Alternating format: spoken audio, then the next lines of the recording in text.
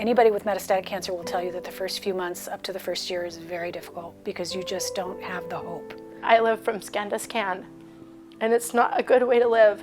Sometimes I have a lot of headache, my body hurts, migraines, hot flashes, then I'm cold, then I'm hot. My body was changing in ways I was not understanding and had no control over.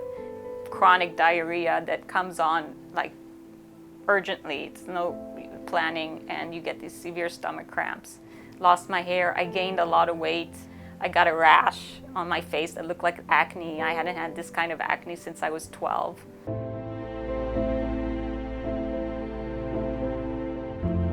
Once it became metastasized to the liver and it was discovered that the anti-hormonals weren't going to work anymore, we also discovered that I had damage to my femur. I wasn't able to put any weight on my leg whatsoever. It's a very painful surgery and a painful thing to go through. There's a titanium rod in the middle of it. They called me and let me know, hey, your L5 broke. I was like, so how did it break? And he's like, well, that's the thing. So your cancer is back. It's in my spine all the way up, like each one. It was in my sternum, it was in my collarbone, it was my lymph nodes in my neck. We're looking at 12 to 24 months. The chin to waist back brace.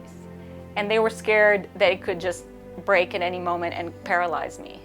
And then infusions usually take up most of my day between getting blood drawn and seeing the doctor and waiting to get a seat. Those things are all part of my life that I'll never get it back, but I also understand it is my life. When I found out she was metastatic, well, of course, I didn't want to hear that. I didn't hear, it was already hard enough knowing what she got diagnosed with. And I love my sister. I only have one sister, so I just wouldn't want her be without her, and not having her in my life. I can't be taken away from my kids. Okay, it would be bad if I passed in a year.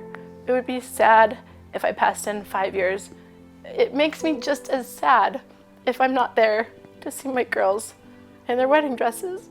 My son was petrified, just in place. I was petrified. I hung up the phone.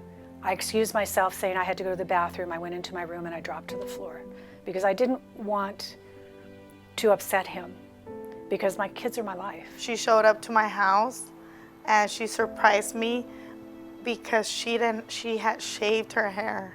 She shaved her hair and she showed up. She said, "Happy Mother's Day to you."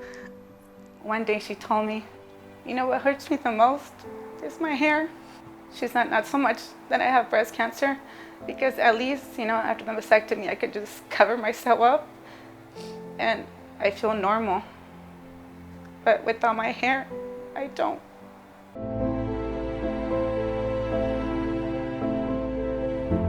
It's like you're walking and you're doing fine, and all of a sudden you're on a tightrope over the Grand Canyon.